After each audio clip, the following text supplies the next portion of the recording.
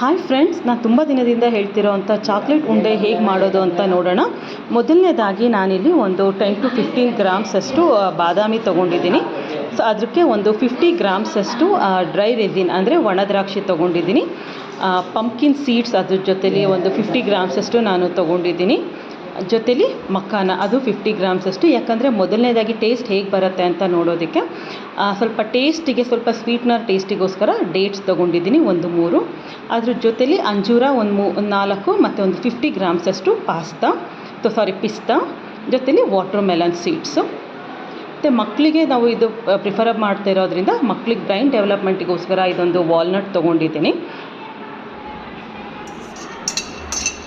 So ಇದೆಲ್ಲದನ್ನು ತೊಗೊಂಡಾದಮೇಲೆ ಒಂದು ಬಾಣಲಿಯಲ್ಲಿ ಸ್ವಲ್ಪ ಅದು ಬಿಸಿ ಆದಮೇಲೆ ಏನೇ ಡ್ರೈ ಫ್ರೂಟ್ಸ್ ತೊಗೊಂಡಿದ್ವಿ ಅದನ್ನೆಲ್ಲದನ್ನು ಕ್ರಮೇಣವಾಗಿ ನಾವು ಸ್ವಲ್ಪ ಡ್ರೈ ರೋಸ್ಟ್ ಥರ ಮಾಡ್ಕೋಬೇಕಾಗತ್ತೆ. ಸೊ ಯಾಕೆ ಅಂದರೆ ಎಲ್ಲ ಹಸಿದನ್ನು ಹಾಕ್ತಾ ಬಂದರೆ ಏನಾಗುತ್ತೆ, ಸ್ವಲ್ಪ ಮೊಗ್ಗು ಸ್ಮೆಲ್ ಬರುತ್ತೆ. ಮತ್ತು ಮಕ್ಕಳಿಗೆ ಎಸ್ಪೆಷಲಿ ಕೊಡೋದ್ರಿಂದ ಟೇಸ್ಟ್ ಏನಾದ್ರು ವ್ಯತ್ಯಾಸ ಆಯಿತು ಅಂದರೆ ಮಕ್ಕಳು ಇಷ್ಟಪಡೋದಿಲ್ಲ. ಸೊ ಹಾಗಾಗಿ ತುಂಬ ಬಿಸಿ ಬೇಡ, ಸ್ವಲ್ಪ ಡ್ರೈ ರೋಸ್ಟಾಗಿ ಮಾಡ್ಕೊಳ್ತಾ ಬನ್ನಿ ಒಂದೊಂದಾಗಿ.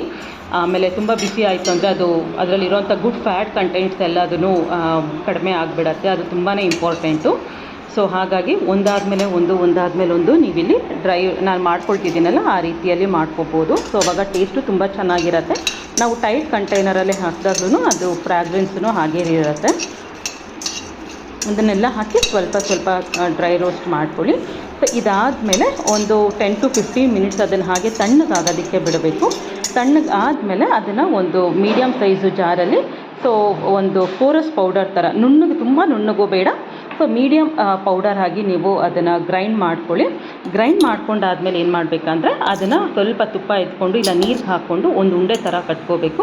ಆ ಉಂಡೆನ ಚಾಕ್ಲೇಟ್ ಬರುತ್ತಲ್ಲ, ನಾನಿಲ್ಲಿ ಡಾರ್ಕ್ ಚಾಕ್ಲೇಟ್ ತೊಗೊಂಡಿದ್ದೀನಿ, ಅದನ್ನು ಲಿಕ್ವಿಫೈ ಮಾಡಿಬಿಟ್ಟು ಆ ಉಂಡೆ ಏನಿರುತ್ತೆ ಅದಕ್ಕೆ ಡಿಪ್ ಮಾಡಿಬಿಟ್ಟು ನಾನು ನೋಡಿ ಇಲ್ಲಿ ಹೇಗೆ ಮಾಡ್ತಿದ್ದೀನಿ ಆ ಥರ ಡಿಪ್ ಮಾಡಿ ಒಂದು ತಟ್ಟೆಯಲ್ಲಿ ಸರ್ವ್ ಮಾಡ್ಕೊಳ್ಳಿ. ಸೊ ಇದನ್ನು ಒಂದು 15 to 20 ಮಿನಿಟ್ಸ್ ಇಲ್ಲೊಂದು ಹಾಫ್ ಆನ್ ಅವರಲ್ಲಿ ಹಾಗೆ ಆಚೆ ಕಡೆನೂ ಬಿಡ್ಬೋದು. ಸೊ ಇಲ್ಲ ನನಗೆ ಬೇಗ ಟೇಸ್ಟ್ ಬೇಕು ಅಂದರೆ ಫ್ರೀಜರಲ್ಲಿ ಇಟ್ಬಿಟ್ಟು ನೋಡ್ಬೋದು. ನೋಡಿ ಈ ಥರ ಬರುತ್ತೆ. ಸೊ ಈ ರೆಸಿಪಿ ನಾನೇನು ಹೇಳಿದ್ದೀನಲ್ಲ ಇದನ್ನು ಬರೀ ಮಕ್ಕಳು ಅಷ್ಟೇ ಅಂತಲ್ಲ, ಸೊ ಹೆಣ್ಮಕ್ಳು ತೊಗೋಬೋದು, ಮತ್ತು ಎಲ್ಲ ರೀತಿ ವಯಸ್ಕರನ್ನು ತೊಗೋಬೋದು. ಇದರಲ್ಲಿ ಹಾರ್ಮೋನಲ್ ಇಂಬ್ಯಾಲೆನ್ಸ್ ಆಗೋದ್ರ ಜೊತೆಲಿ ಮ್ಯಾಗ್ನೀಷಿಯಮ್ಮು, ವಿಟಮಿನ್ಸು, ಮಿನರಲ್ಸು ಎಲ್ಲ ಇರೋದ್ರಿಂದ ಹೆಲ್ತಿಗೆ ತುಂಬ ಚೆನ್ನಾಗಿ ಬೆನಿಫಿಟ್ ಕೊಡುತ್ತೆ.